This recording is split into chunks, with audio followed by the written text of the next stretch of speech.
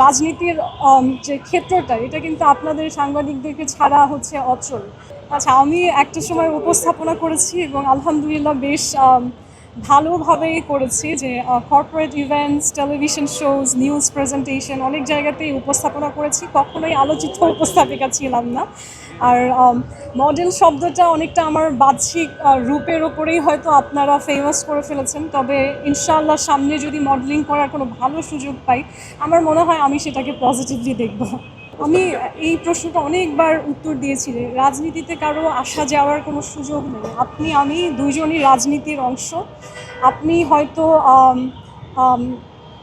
Indirectly involve, আপনি হয়তো সক্রিয়ভাবে রাজনীতিতে ভূমিকা রাখেন না, কিংবা আপনি আমরা অনেকে বলি না খেলার সময় দুধ ভাত, হ্যাঁ, আপনি হয়তো সেই ভূমিকাটা পালন করছেন। তাও আমি বলবো না, কারণ সাংবাদিক হিসেবে রাজনীতির যে ক্ষেত্রটা এটা কিন্তু আপনাদের সাংবাদিকদেরকে ছাড়া হচ্ছে অচল।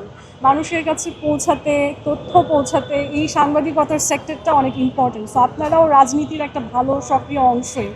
আমি সেই জায়গায় কনসিয়াসলি এখন ইনভলভ হচ্ছি, যে নির্বাচন, দলীয় রাজনীতি বা দেশের যারা হচ্ছে প্রশাসনিক ব্যবস্থাগুলোকে সংস্কার করবে সেই দলে আমি সরাসরি কনসিয়াসলি ইনভলভ হচ্ছি। কিন্তু আমার রাজনীতিতে আসারও কোনো সুযোগ নেই, বের হওয়ারও কোনো সুযোগ নেই। আমাদের ফ্যামিলি, অফিস, আমাদের জীবন, প্রত্যেকটা জায়গাতেই রাজনীতি তার ভূমিকা রাখে। সো আমার যেই ব্যাপারটা এখন হচ্ছে সেটা হচ্ছে রাজনৈতিক সচেতনতার জায়গায় বা রাজনৈতিক সক্রিয়তার জায়গায় আমি কতটুকু ইনভলভড, এটা হয়তো এখন মানুষের সামনে বেশি প্রকাশ হচ্ছে।